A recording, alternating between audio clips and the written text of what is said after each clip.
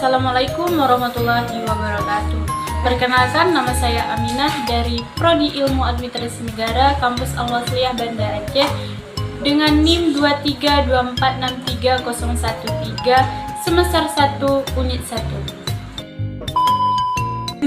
Pada kesempatan kali ini saya akan membahas tentang Kanun Muqta Alam.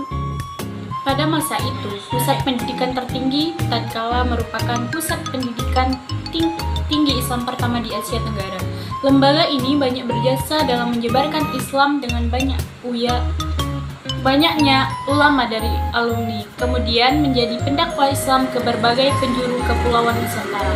Sebut saja seumpama Kerajaan Islam Samudra Pasai, Kerajaan Islam Benua, Kerajaan Islam Lingga, Kerajaan Islam Darussalam, dan Kerajaan Islam India Jaya.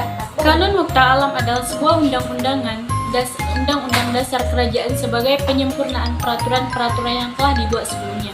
Dalam Kanun Muqta Alam, di atas segala ihwal yang berhubungan dengan negara garis besar, baik mengenai dasar negara, sistem pemerintahan, pembagian kekuasaan dalam negara, dan lembaga-lembaga negara. Akar kanun ini adalah syariat Islam yang bernafaskan Al-Quran sebagai pedoman hidup berbangsa dan bernegara pada masa kerajaan Aceh Darussalam. Fakta ini merupakan pengakuan dan pengabsahan syariat Islam sebagai sumber inspirasi dan tuntunan dalam kehidupan berbangsa dan bernegara ketika itu. Semua aturan hukum, adat, kebiasaan dibangun atas landasan syariat Islam. Kanun Muqta Alam juga mengatur syarat-syarat menjadi sultan, mufti, qadli, dan penjabat lainnya, dan juga mengatur hak rakyat, susunan pemerintahan, dan tugas pejabat di wilayah kerajaan, tata cara pengangkatan sultan, dan mengatur juga tentang masalah keagamaan, kemasyarakatan, militer, dan keadaan darurat yang dibagi dalam 5 bagian. Bagian yang pertama berisi hukum syariah sebagai hukum dasar atau undang-undang pokok yang mengatur masalah keagamaan, kenegaraan, kemasyarakatan, dan militer kerajaan yang bersumber dari Al-Quran, hadis, ijma, dan qiyas. Bagian yang kedua adalah yaitu tentang adli atau andli, berisi tentang peraturan-peraturan yang dibuat oleh pemerintah, baik sultan maupun para menteri, untuk mengatur masalah keagamaan, kenegaraan, kemasyarakatan, dan ketentaraan. Bagian yang ketiga adalah hukum di aruri, yaitu undang-undang darurat yang langsung dibuat dan dijalankan oleh sultan sebagai panglima tertinggi angkatan perang. Bagian yang keempat adalah hukum nafsi, yaitu peraturan-peraturan yang dibuat istimewa khusus oleh sultan.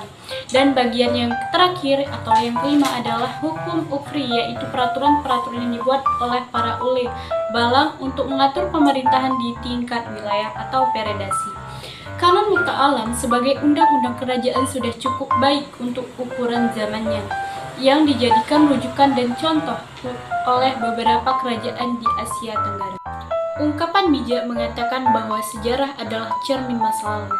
Belajar dari kearifan sejarah bukan berarti pundak memutar jarum jam ke masa Islam, tetapi bagaimana menjadikannya sebagai sumber kekuatan dalam menata kehidupan berbangsa dan bernegara di masa kini dalam memprotes masa depan. Saya pribadi menyampaikan apresiasi dan terima kasih kepada Muhammad Kalam Daud dan Tengku Ali Sakti telah berupaya meyakini Kanun Muqta Alam dalam syaran takdirah, tabakar, Tengku di Mute, dan lain-lain yang telah meyakini aksara Arab ke Latin. Hal ini juga dapat menjadikan Kanun Muqta Alam ini menjadi risalah yang lebih populer dan komunikatif.